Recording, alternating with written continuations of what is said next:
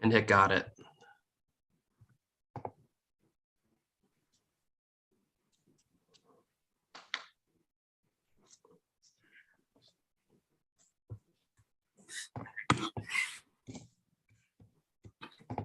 My YouTube done. Okay, we are going to.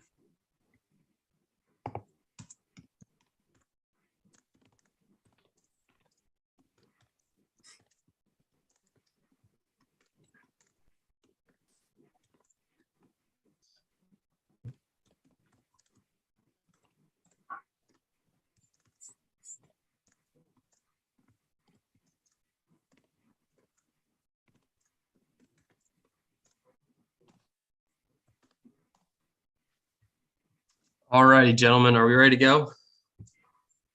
Yes, sir. Do it. All righty. Welcome back to another show of Around the Board. I'm your host, Alex Nielsen. I'm gathered today with Rishi and Dallas. We got a lighter cast today, but we got a lot to talk about. We are going to talk about, first off, that Thursday night game that occurred last night between the Steelers and the Browns. We will recap some of the biggest games from week 2. We're going to dive into a little bit about some of our favorite teams. So we're going to pick our superlative, our unexceptional team, and who's on the hot seat. And then we're going to revisit some of those playoff pictures because as I said, and as it is held true, we are not as good as we think at picking games and picking teams. So then we're going to go through the MLB playoff picture as that kind of consolidates and begins to show after a few teams clinched this past week. And then, if you guys are on YouTube, and you feel free to ask a question. We're going to have a little mailbag section today where we, answer your questions and debate them. And then, of course, we're going to have to go over our SMC Fantasy League, which is now 2 weeks in and just started on week 3. So we're going to give some love to some teams and, tell some teams that they might need to step it up. And then we're going to recap last week's hot takes and then give us some new takes for this week. So glad to have you guys here, and let's get right in, gentlemen. We had a Thursday night game last night between the Pittsburgh Steelers and the Cleveland Browns, which ended up in the Browns winning 29-17. Big takeaways from the game, guys? Risha, you want to say it? I don't care. My biggest takeaway was I forget the guy who got hurt, but there was a guy on the Browns who got hurt. And I saw the teammates, he got carted off, and the teammates, they were like, oh, man, dang, he got hurt. And so they looked all sad, and I was like, okay, time to live bet the Browns. Live bet Browns money line, cashed it in. So that's my biggest takeaway from the game. Is you got to know when the teammates are about to rally around a guy. Interesting. I wouldn't have taken that, but we can piggyback to Dallas, who's our AFC North analyst. Oh gosh, I don't know about that, but we got to talk about Trubisky not looking the absolute best. The Steelers' offense is a little sluggish through 3 weeks here, not being able to move the ball that well. They're going to have to expand the offense with him or do something else.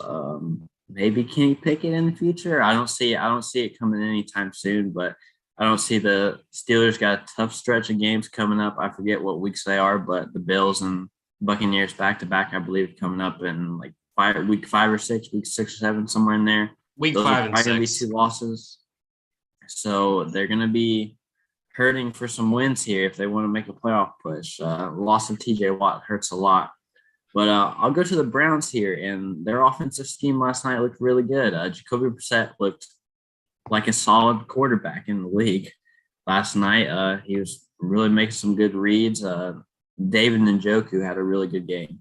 I think he can be that type of tight end in the league. They just really never showcased him that much. Give him snaps, let him showcase what he can do. Amari Cooper is still that guy. I mean, their offense is very underrated with the weapons they have, and the offensive line is really good. So they can go under the radar and definitely win some games, I think, just by running the ball with Chubb and Hunt. Yeah, and to piggyback off Rishi's point of the player that was hurt, it was Anthony Walker Jr. who was hurt on the play. I knew it was Walker was last name. I couldn't put the first name, but thank you, David, for telling us that it was Anthony Walker. My big takeaway from the game is, I we talked about so much of, is this team going to be affected by the absence of Deshaun Watson and with the lieu of his NFL suspension? And I think they look just as good as if they had him on the field right now. So I think it's going to be an interesting next couple of, I mean, he doesn't return until week 15, I'm correct? No, 13, it's like, I believe. it's 13, but I had a little 13. hypothetical. So you still have 10 weeks of football to play with Jacoby Brissett. So I'm interested to see it. But my biggest takeaway from the game is how the Browns have used their rushing. This season, the Browns running back, Nick Chubb, has the highest, one of the best efficiency per runs at 3.7, according to 3.7 to Next Gen Stats. That is the most among qualified rush leaders. As well as he does have some of the best run efficiency over expectation. So his run efficiency over expectation is at a 42 right now, which is really good for someone who gets a bulk of snaps. So he's been really good, has had 4 touchdowns, is only getting 8-man shows, which means 8 men are stepping into the box on 37% of his runs, which is a lot more different than last year, which on 60% of his runs, he had more than 8 men inside that tackle box. So the tackle box is the front line of the defense and then the second line of the defense. So imagine your defensive line and linebackers. They've been a really good team. Jacoby Brissett, as Dallas said, had a great game, 21 for 32 with 211 yards and 2 touchdowns. So I'm interested to see what this Browns team can do. That kind of segues into the next point of, do we think the Browns could hold on in this AFC North until Deshaun returns? Are you saying to win or to at least make I think a wild card? I just when I say hang on, I mean just stay in those top 2 teams, because I think that's the crucial thing, is being in those top 2 teams. I want to hear from the AFC It's going to North. be tough. Yeah, I wanted to hear from Dallas. Yeah, I think it's going to be tough. I still think the Ravens are very good. The Ravens blew the game last week, which I was very happy about as a Bengals fan. The Dolphins looked really good. We'll get into that in a little bit, I think. But the Browns just need to hang on, like you said. I think they can win some games. The division games are going to be key. If they can split with everybody, they just beat the Steelers at home. When they play the Steelers on the road, that's going to be a big game to see if they can go 2-0. If then they can split against the Bengals and the Ravens. I still think the Bengals and the Ravens are the 2 best teams in the division, just with the weapons, offense they have. I like the Bengals defense a little bit more. The Browns defense was okay last night. Myles Garrett, not too much out of him last night. They just stopped the Steelers, which honestly hasn't been that hard to do this year. So I really want to see what the Browns are like against an elite offense to see what that defense is actually capable of. I think that's fair. For me, I think the key point going into the next few weeks for the Browns is, to keep this kind of same energy, because the Browns have a very big tendency to, think that they've done everything right. And then they kind of keep beating the horse dead. So they're just going to do the same thing. I'd like to see them switch it up.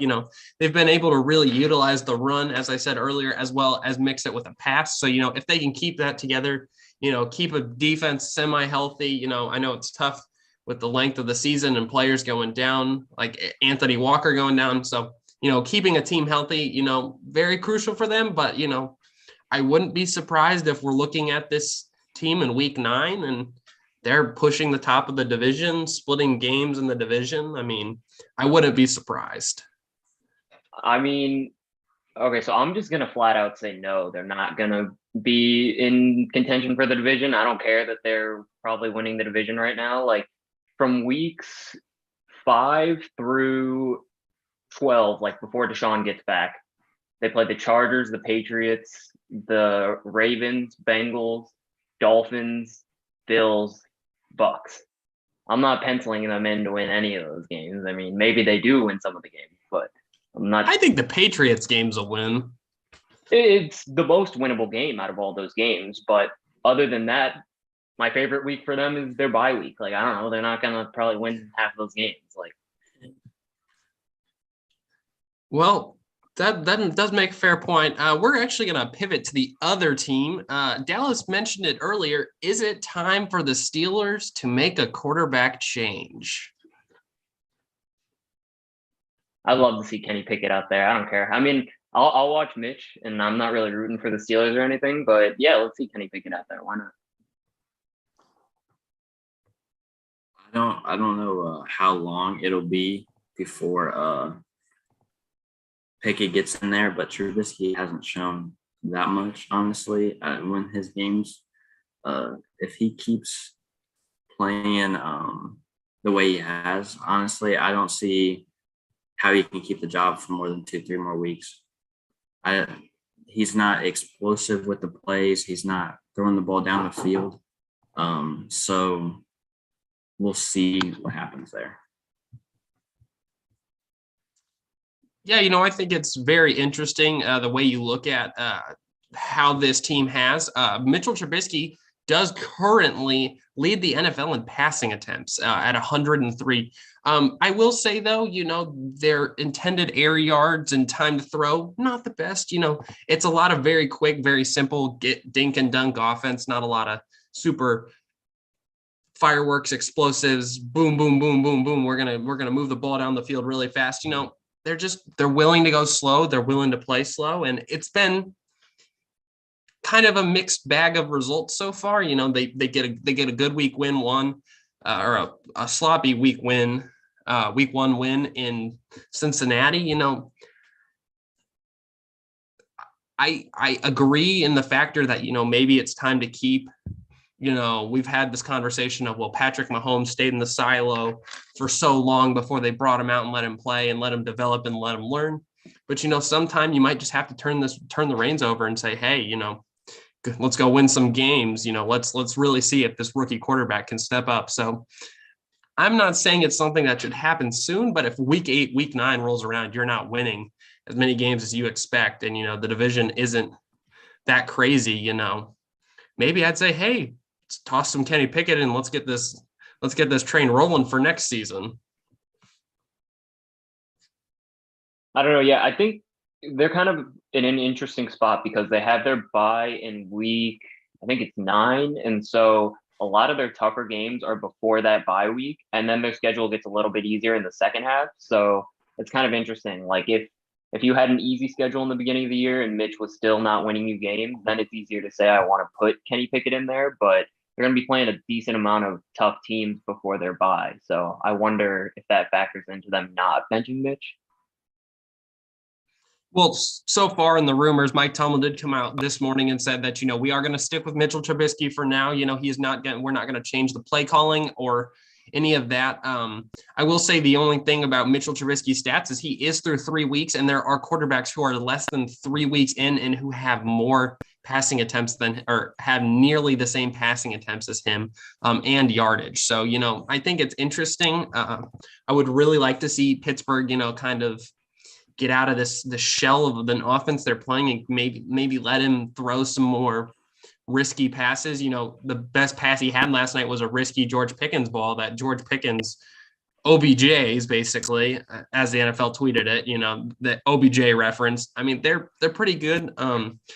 When you do look at his passing charts over Next Gen Stats, which does show you all the charts for available passers, Mitchell Trubisky does have this unfortunate tendency to just throw a lot of balls to the outside. We're not seeing a lot of balls thrown to the inside the hashes. So maybe, expand the game, get over the middle a little bit more, stretch the game out more vertically. It makes it a lot easier to cover it if, you just play on one side of the field.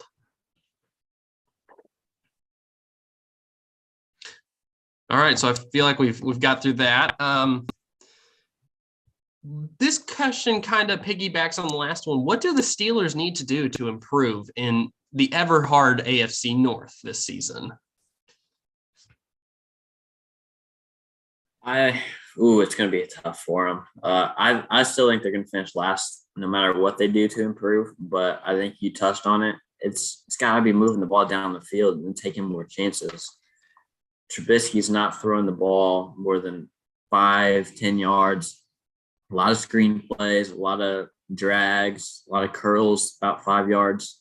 And then, even on first down, Najee's not getting that much on first. He's not having that efficient of the year so far this year. The offensive line's not that good. So they're going to have to come up with something new to get him going. Maybe throw a few more screens to him, get him in space, see what they can do because he's so hard to tackle in space. But they have the receivers to push down the field too. Claypool is a down the field threat. As we saw last night, Pickens is a down the field threat. Deontay is an underneath guy that can make plays deep down the field as well. So I think they just need to load up, throw the ball deep down the middle of the field a little bit more, take some more risk because really, in my opinion, they don't have anything to lose in the division because they're probably the fourth best team in the division. So I think you should just go all out and see what happens. Honestly, I think, if they could Madden franchise mode it and just simulate till next season when TJ Watt is back, like that's their best path to being good again, is TJ Watt being healthy. I agree. Alrighty. So we've got through that. I'm going to just go through these games very quickly. NFL recap. We had a stunning game in Arizona in which the Cardinals routed themselves back into a win with Kyler Murray doing the little 20-second scramble show to win the game 29-23. The Dolphins had an electric Sunday with a win 42-38 so late in the game. Tua Tagovailoa threw for 6 touchdowns, 342 yards, and 2 interceptions, beating a Ravens team. The Jacksonville Jaguars beat the brakes off the Indianapolis Colts in a 24-0 win in which Matt Ryan threw 3 interceptions. We're going to probably circle back to that game. Another beat the brakes off a team game was 2 on Monday, and one in which the Bills won 41-7 against the reigning AFC number 1 seed Tennessee Titans, as well as the Eagles got another great win, 24-7 against the Vikings, in which Kirk Cousins was held to that Monday night fiasco that he seems to ensue every time he plays on Monday. The record is 2-10 now. I just want that to be noted. 2-10 on Monday Night Football. So, gentlemen, are there any games you guys want to truly cover, or, we want to get into our superlatives and kind of mix those games in with it? I mean, I'm pretty disappointed you didn't bring up the Commanders-Lions game. That was an electric game. As an Amon-Ra St. Brown fantasy owner, I loved it. Didn't see much of it, but loved every second of it. I was sitting there 15 minutes into that game, and I was ready to say the Lions were the best team in the league. I was like, these guys have got it. But no, they're not. They might not be a 10-win team or something in the league, but they're maybe one of the most fun teams to watch this year. Yeah. So let's get into our superlative picks for the week. Who would like to start us off? It's a superlative pick. So, we're just saying these teams have been really good through the first. You can pick a team, a player, a coach, anybody you want. Who wants to start us off? Dallas, you got it. You want me to take it? Okay. Well, let's see here. Man, I'm looking at these 2-0 teams, and we keep going back to this Eagles team. And I really like what the Eagles are doing, especially on Monday Night Football. I really like Jalen Hurts, looked unbelievable on Monday Night Football. So I'll just go to Jalen Hurts. Looks like he has improved in the offseason. His throwing capability has increased, it looked like. I remember back in college, I said Jalen Hurts couldn't throw the football. So I really didn't like him. I think he was a running quarterback, couldn't really throw it. He's really coming into his own now in the league, and he's getting better and better. Their scheme is really nice to let him roll out a lot, make throws on the run, which he's very good at. And I think he's getting way better at staying in the pocket and making throws. That deep ball to Quez Watkins, I know it was wide open, but it's still a very good throw. So Jalen Hurts is my pick. Richie, would you like me to go, or would you like to go? I can give one for each team, player, and coach real quick. So I gave Lions most fun team to watch in the league. The player, I'll give Jimmy Garoppolo for biggest finesser in the league. He's getting paid $350,000 every week to go out there and play now.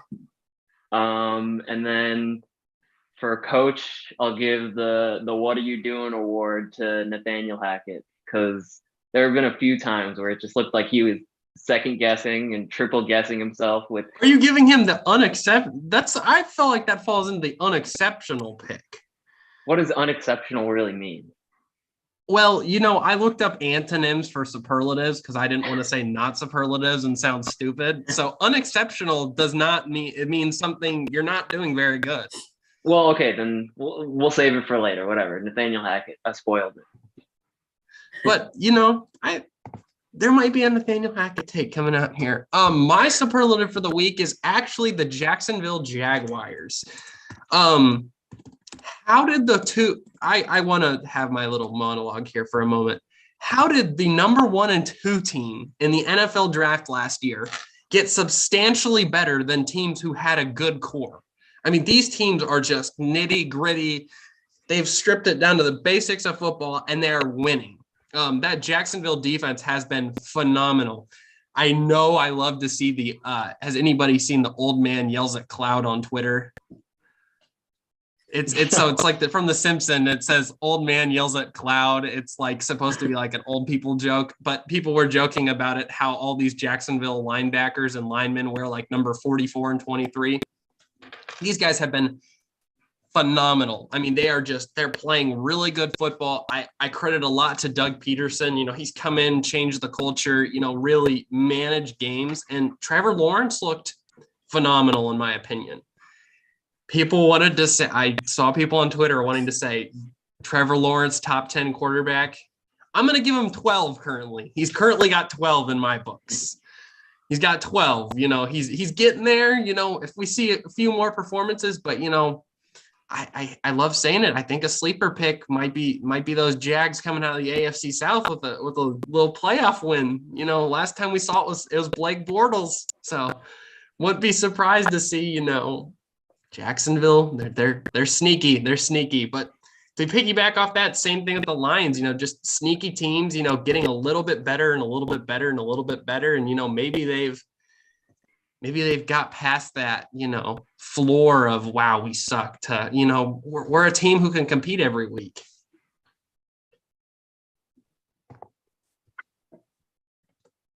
All right, gentlemen. So now we're on to, like I said, the unexceptional pick. It was poorly explained. I should have just done superlatives and failures. I was going to name the section dumpster fires, but, I thought that was a little harsh. So we're going to go with, it could be the dumpster fire section. People or coaches, teams, players, we just think, are not performing to those standards we had them at the beginning of the year. Rishi, the floor is open. Rishi. Well, I won't even say Nathaniel Hackett if you said there might be a rant coming later. I'll just go with the Raiders because, oh man, I was so excited for the Raiders this year. I was like, oh, the Raiders are going to be good this year. And then, I don't know, they just have stretches in both of their first 2 games where it was like their offense was disgusting. And so, I don't know, not as excited about them anymore. I mean, I have some arguments about the Raiders. I think they're a really good team, and people, have discounted what has happened. It's just unfortunate what truly happens in their games. How many times is Hunter Renfrow going to fumble that much? I mean, in all reality, and Devontae Adams only getting 2 receptions for 12 yards. It just feels like, they've taken so many punches that they're going to come out this week and look 10 times better. I feel like, I feel like it was just a tough start. Kyler Murray does a 20-second scramble drill and somehow gets in the end zone. And, you can't say much about it, but, I think they have the ceiling is there. We just need to see it. And it's also a young head coach in McDaniels, right? McDaniels, he's young, he's learning. They're going to get there. I still think they're going to be better than the Broncos. The Broncos might be my hot seat team, just forewarning that. But, they're a good team. At the end of the day, they'll get better. But, through the first 2 weeks, I would put them in the unexceptional category as well, Rishi. Dallas, who's your unexceptional team? It's got to be player, the Colts. coach, too. Indianapolis Colts. Oh, all the coaching staff there, the GM, Chris Ballard. You got to put them all. I mean, even later, I'll probably put them on the hot seat as well later. This is getting pretty bad here. 24-0. You can't put any points on Jacksonville. I know it's our yearly at Jacksonville loss that we have every season, 9 years in a row now. We have not beat Jacksonville at Jacksonville for some reason, but the offense has not looked good. Matt Ryan, I thought he was going to come in and have a Phil Rivers type of year, but he hasn't looked that good so far. I got to go back to Chris Ballard here and Frank Wright. We got to get some receivers. We can't have just Michael Pittman out there.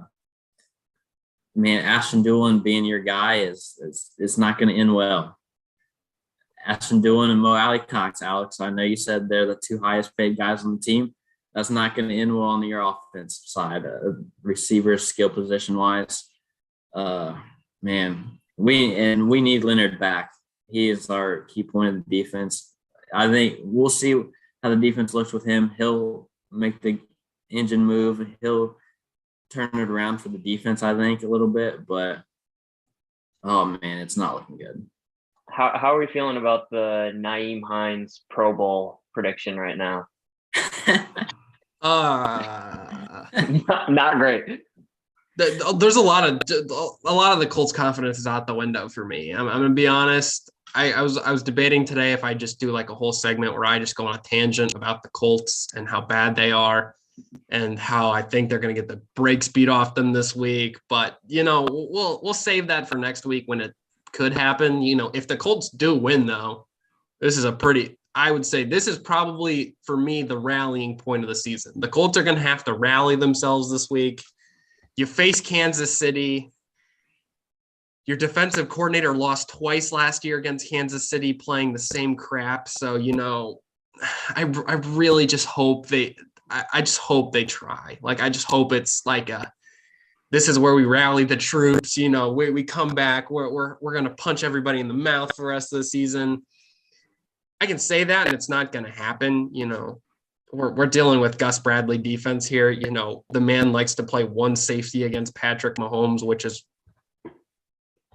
like obliviously stupid sometimes.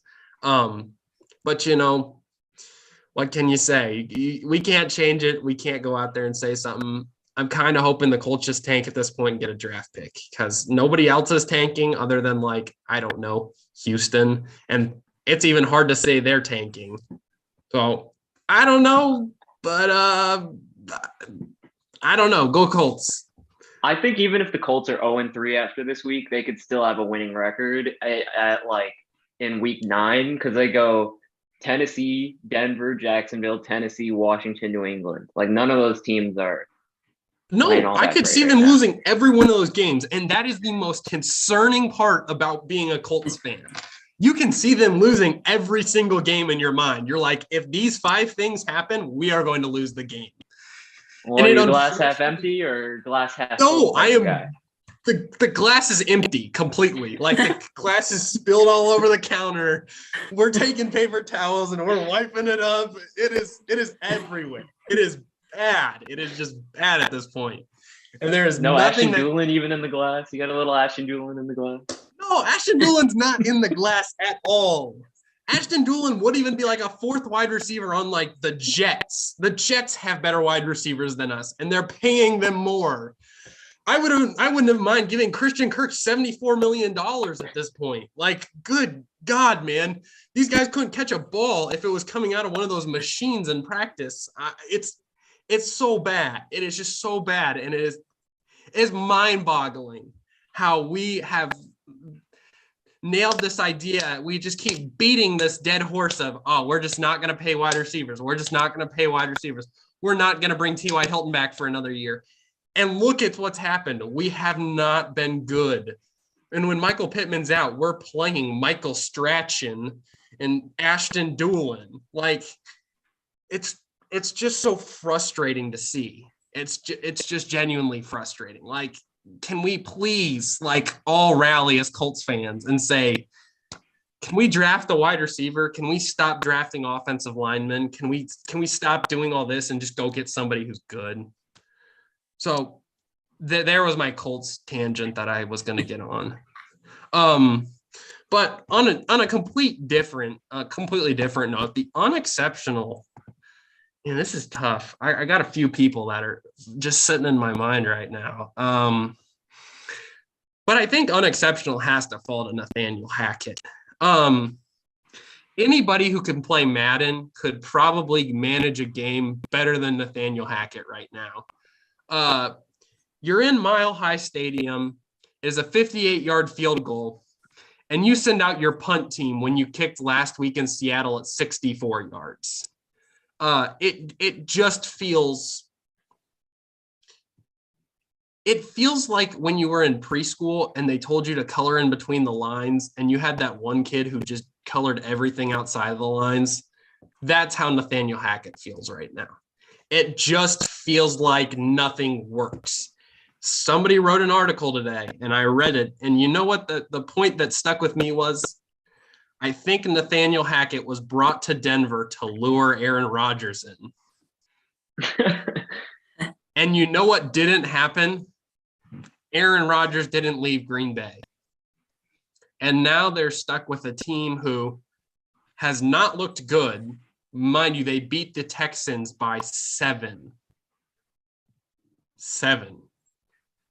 Texans might win the division. I don't care who you are. If you're keeping the game below 20 against the Texans, you scare me.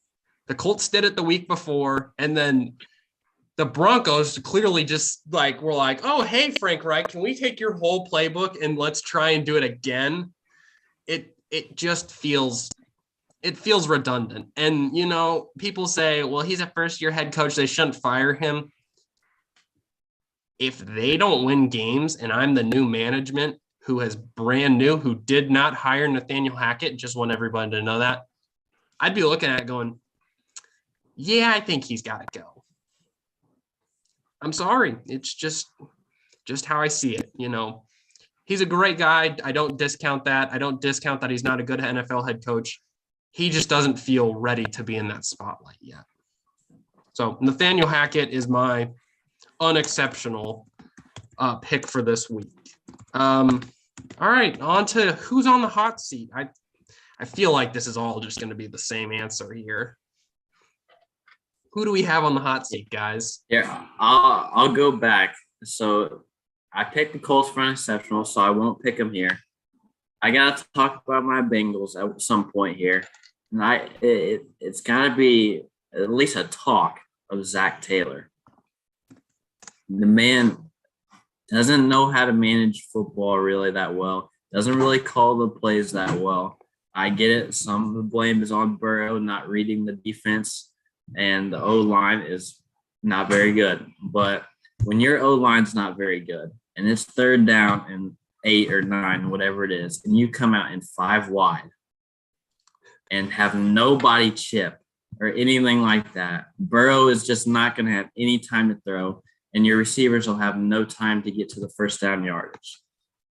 I go back to this Cowboys game. This is the last drive here to me. That this is what led to the Cowboys driving down the field and winning the game. It's 3rd and 2, I think it was 3rd and 3. Whenever you have bunched to the right, and you're going to throw the ball behind the line of scrimmage instead of actually trying to get the first down. And Trevon Diggs made a great play. Don't get me wrong. Trevon Diggs made an exceptional play on that Tyler Boyd grab. But you got to have everybody at least go for the first down. We're a minute to go in the game. It's first down or you lose the game. And that's what happened. You lost the game. So I think us Bengals fans, we got to have a little talk about Zach Taylor. I like how you deflected the blame to the head coach and not the quarterback with how many turnovers in the first 2 weeks. I'm going to say I'm on Dallas's side here. I think there's blame to be split between the parties. And I think Joe Burrow has not developed into, the Tom Brady calling out every protection, telling his guys where to be. But it also really does fall on Zach Taylor. I think Zach Taylor had 2 abysmal seasons, made it to the Super Bowl, was kind of like, oh, I got that monkey off my back. And now, unfortunately, has a probably even bigger one that they've lost 2 weeks, lost a divisional game, and lost to Cooper Rush. I mean, I'm sorry. All you had to do was outscore them. You didn't have to play good defense. You didn't have to do this. You didn't have to do that. You just needed to outscore the Cowboys, and it just fell short. And I think it unfortunately falls back to Zach Taylor and just falls back to this team and says, maybe we thought we were we thought we did the right things, but maybe we're just that one more extra piece away. And maybe that extra piece is a head coach. I don't know. Maybe. I'm just throwing out ideas here. Maybe it is a head coach, or maybe it's someone in the next draft we need to solidify this team. I think the Bengals after saying everything negative, are the best 0-2 team currently in the league. Best 0-2 team. I could still see them making the playoffs. Yeah, I mean, I think they could still win the division, but if we're airing out our grievances with Zach Taylor, I think not playing any starters in the preseason might be showing its ugly head right now. Yes. I think it does show unfortunately its ugly head, but I think the Burrow thing was unfortunate that you can't do it. You can't play him because he's had appendix surgery. So that kind of sucks, but not playing the rest of them really, really kind of sucked. Just the fact that teams are blitzing on 20% of Joe Burrow's dropbacks is just ridiculous. The highest blitz rate of all NFL quarterbacks currently on dropbacks. They fixed the offensive line throwing. He plays Jacksonville. While Matthew Stafford, who is my other quarterback, plays Arizona. If Justin Herbert is healthy, do we think they're going to open the floodgates on Jacksonville, or do we think Matthew Stafford will open the floodgates on Arizona? Ooh, the Rams-Cardinals game might be a little bit closer, maybe. I mean, could underestimate Jacksonville here, and they could come in and play a really good game with the Chargers, but I think the Chargers will win this game pretty easily. I think they're a lot better than Jacksonville. So I don't know if that's going to consider more Austin Eckler and Joshua Kelly this week for the Chargers and more ground game. But that's a tough one. I think if you have Herbert on your team, I just don't see a reason if he plays, that you're going to sit Justin Herbert. He's one of the top fantasy QBs in the league. He could put up an easy 20 spot in the first half and not even play the second half and be a top 5 QB on the league. Yeah.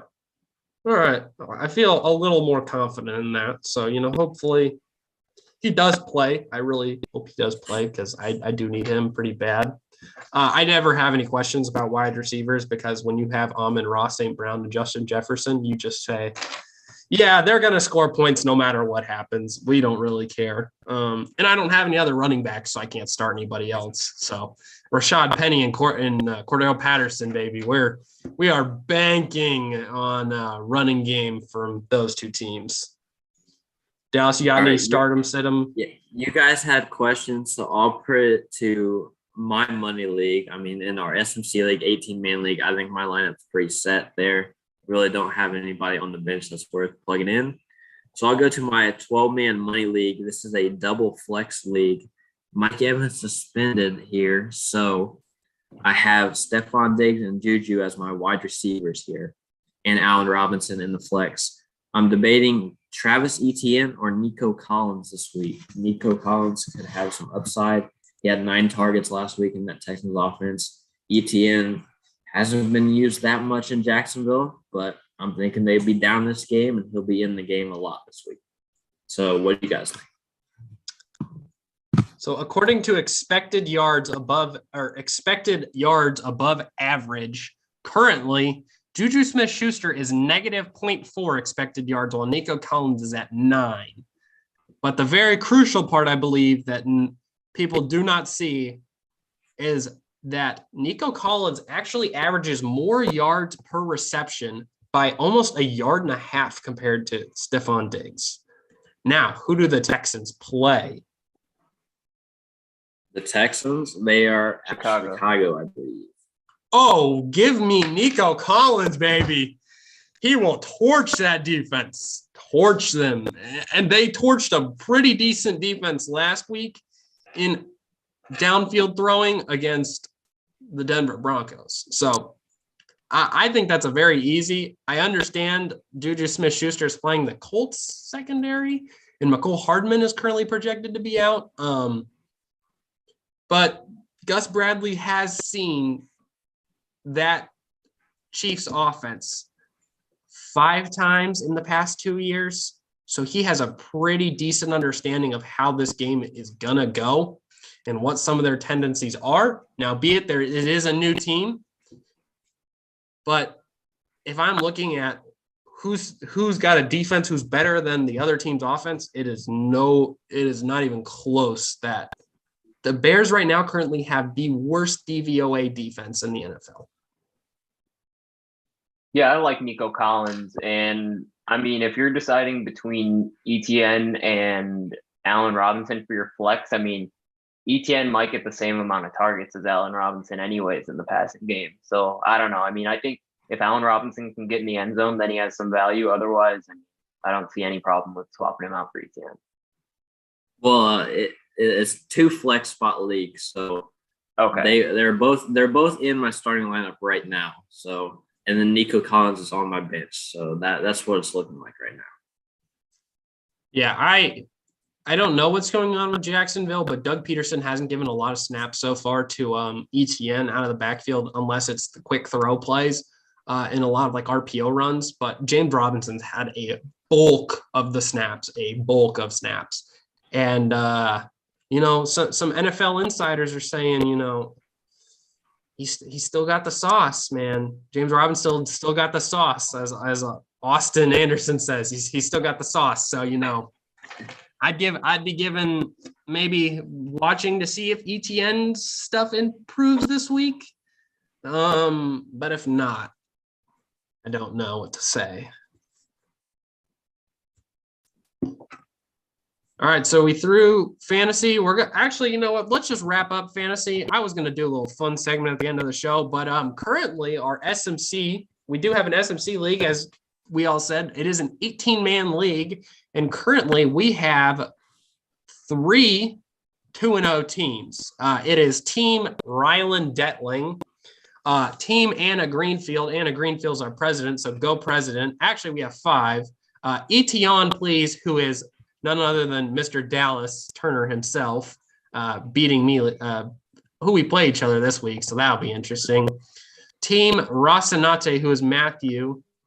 NFL Youngboy, who is our roommate, Noah Williams. He is a diehard Steelers fan, and I have no clue how he's 2-0. But and then, we brought up some teams that might need some help.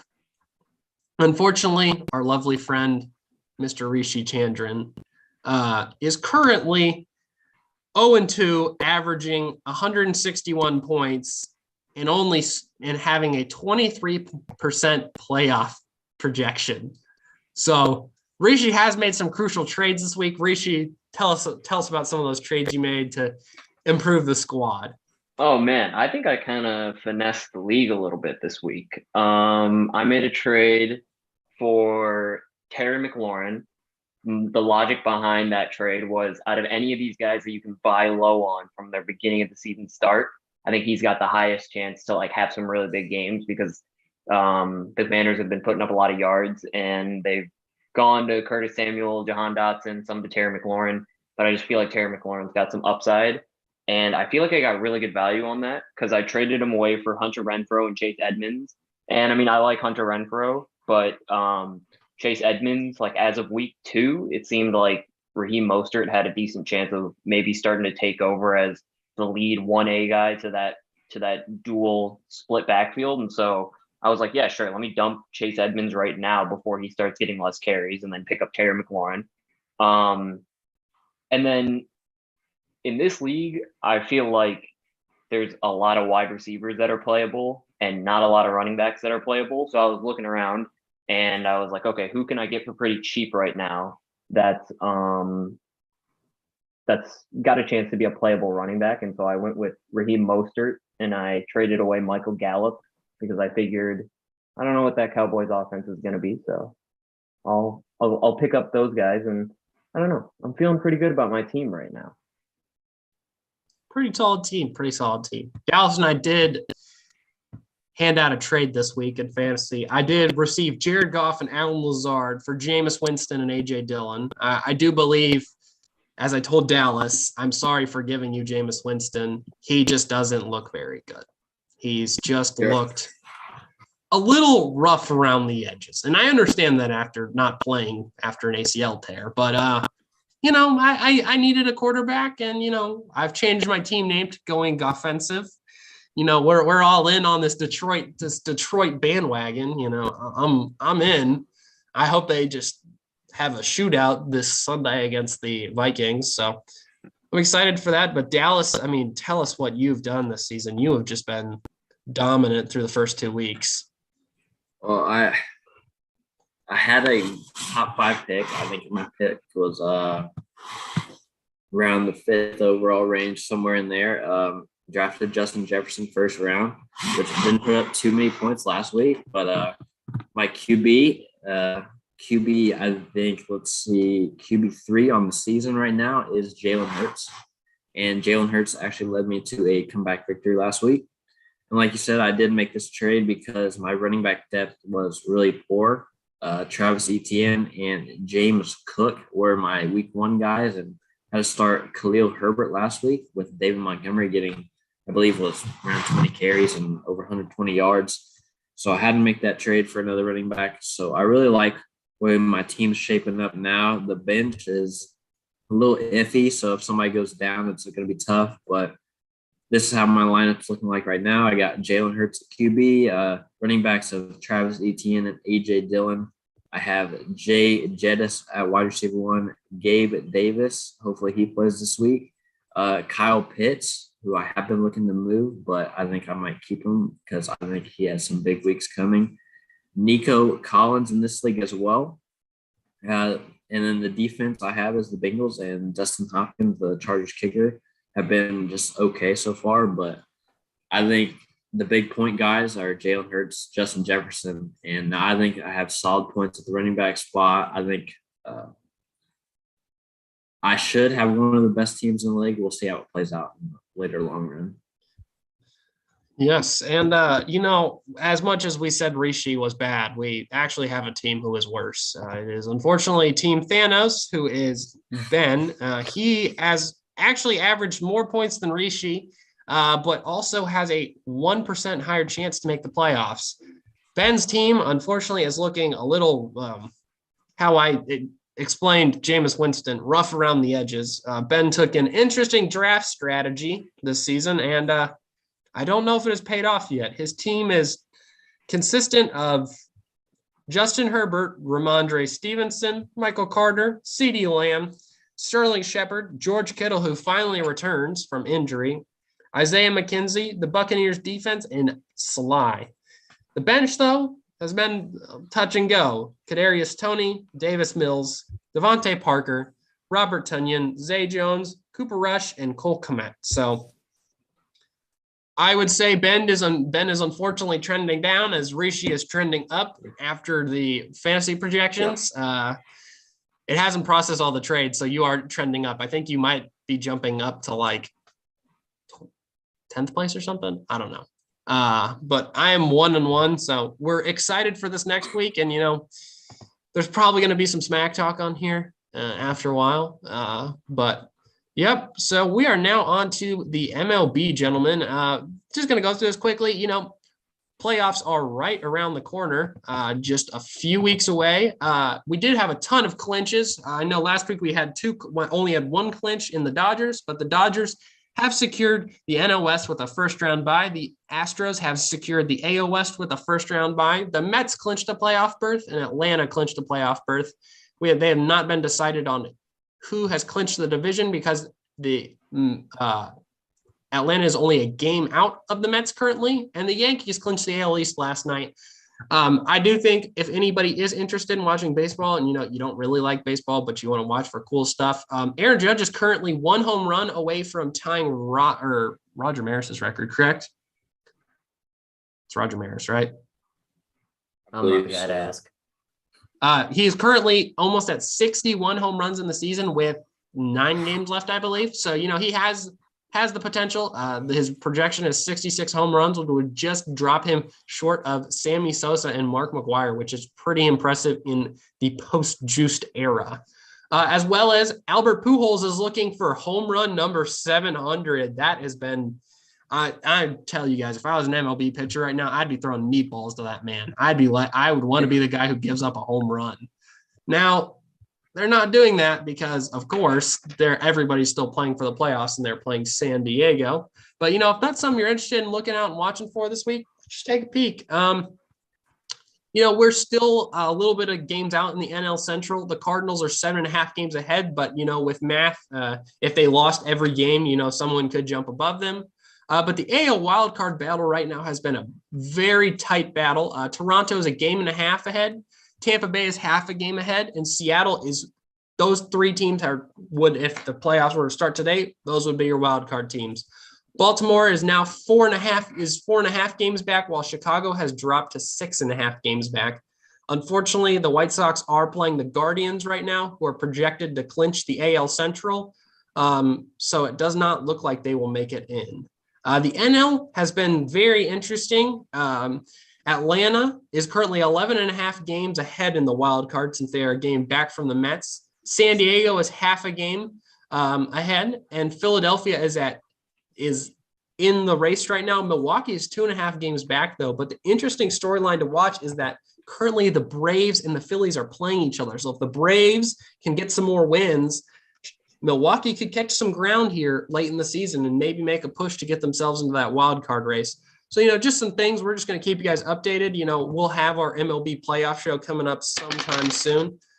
We did not get any questions today, so unfortunately, we're not going to be doing our mailbag section. We'll probably bring that one back next week. But we do have our last week's hot takes. So I had New Orleans and Detroit winning. Unfortunately, Detroit did get the W, but New Orleans just fell short. The Seahawks did not beat the 49ers. They actually got beat 27-7. And Adam's projection of Breece Hall getting 3 touchdowns. He had 1 touchdown. The Jets won, though, right, Dallas? Yep. Jets won. And then the Colts, unfortunately, did not take the W. As we remember, they got the break speed off them by Jacksonville. And then I'm going to find Rishi's hot take I got from it last. just a second. I think. I have it too. I can just put it on my screen. Okay. And then Rishi did have a same game parlay. As I've said before, had a parlay. As I said before, we do not condone this kind of betting unless you are of the age of 21 or above, and always bet responsibly. But Rishi did have the Detroit money line, the Pittsburgh money line, the Houston alternate spread, the Bengals alternate spread, and the Buffalo spread. He was pretty good outside of, I believe it was the Steelers and the Bengals, correct? Yeah, the AFC North. Man, those AFC North, they're always messing stuff up. Just kidding, Dallas. We love you. All righty, gentlemen. So we're on to this week's hot takes. We're hoping to get back on the bus here and get some wins. Currently, I hold the best record in hot takes at 2-1. I was sad that I could not go to 3-0. Dallas is 1-2 after his Appalachian State victory 2 weeks ago. Rishi, man, well, we're gonna lead off with you. You're in desperate need for a win here. I got something to say. Okay.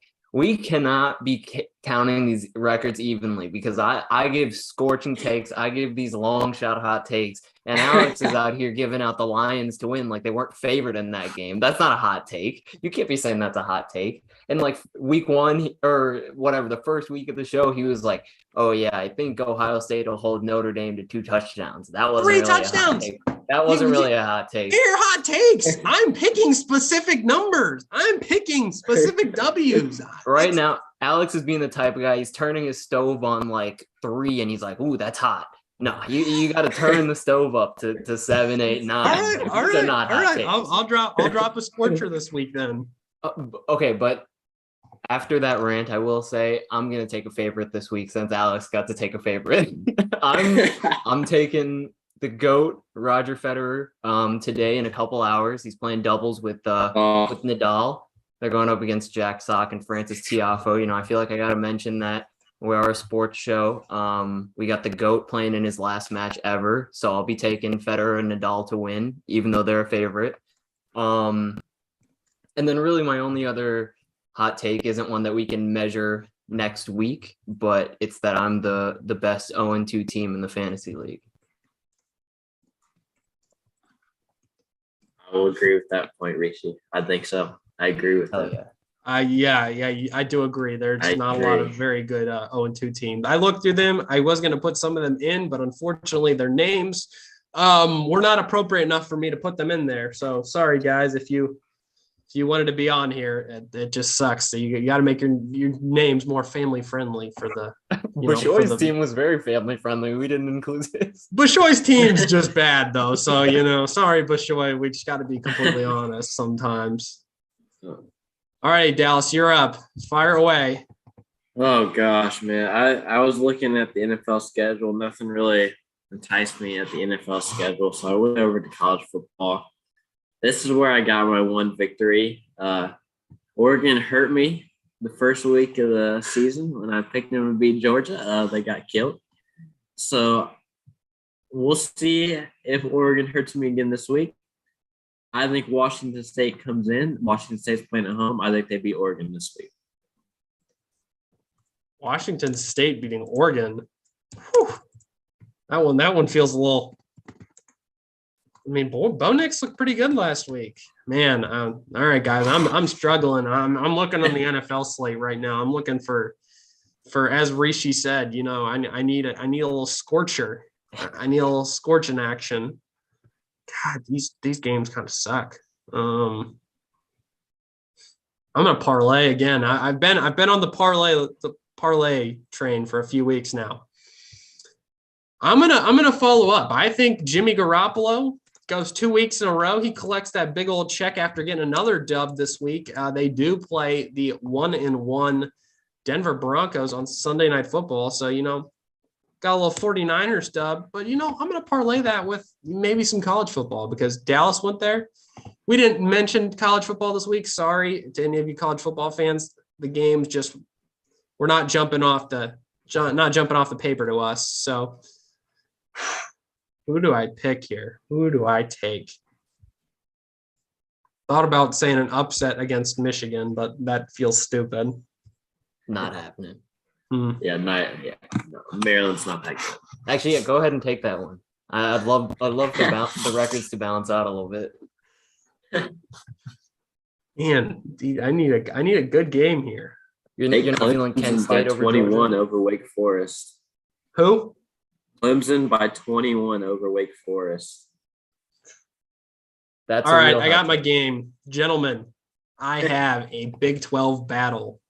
I know I'm going to make the Austin Anderson very, very unhappy, but I'm going to take those Kansas State Wildcats getting a dub against Oklahoma. A sneaky little dub. I think they're going to come out. Maybe they're going to show that Oklahoma doesn't deserve that number 6 spot, and another Wildcat deserves it.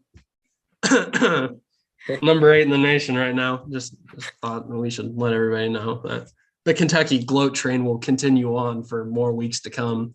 And then next week, of course, I'm going to pick them to beat Ole Miss because who likes Ole Miss?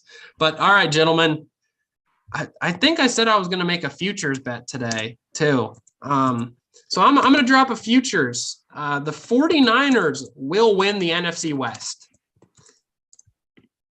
Now, should I parlay it how I have parlayed maybe one of my takes on Twitter that if they do win, I will buy a jersey? I will buy a Jimmy Garoppolo jersey and wear it on this stream if the 49ers win the NFC West. I might have, if the Eagles make it to the Super Bowl, I'm buying a Chauncey Gardner-Johnson jersey. Thought about a Quez Watkins jersey. I just couldn't do it. Chauncey Gardner-Johnson, I love him to death. So, You guys could see me repping some Eagles merch, repping some 49ers merch. If some big dubs happen in the next couple months in the NFL. All righty, gentlemen. So we're going to be back next week. I think next week we might start the NBA preview show. NBA is right around the corner. I know it's Rishi's favorite time of the year. Rishi, who's your favorite team again? We got a lot of favorite teams over here. You're like me. You can't pick one. Well, Dallas is a Celtics fan. We'll leave them on a Yeah, cliffhanger. You'll Celtics find have a out lot to next talk week. about. Got a lot to talk about, but we'll be back next week. Do a little NBA preview show. Of course, recap some of these great NFL games that go on this week. But gentlemen, it has been a pleasure to have you on, and have a wonderful rest of your day. Thank you for everyone at home watching, and we'll see you guys next week.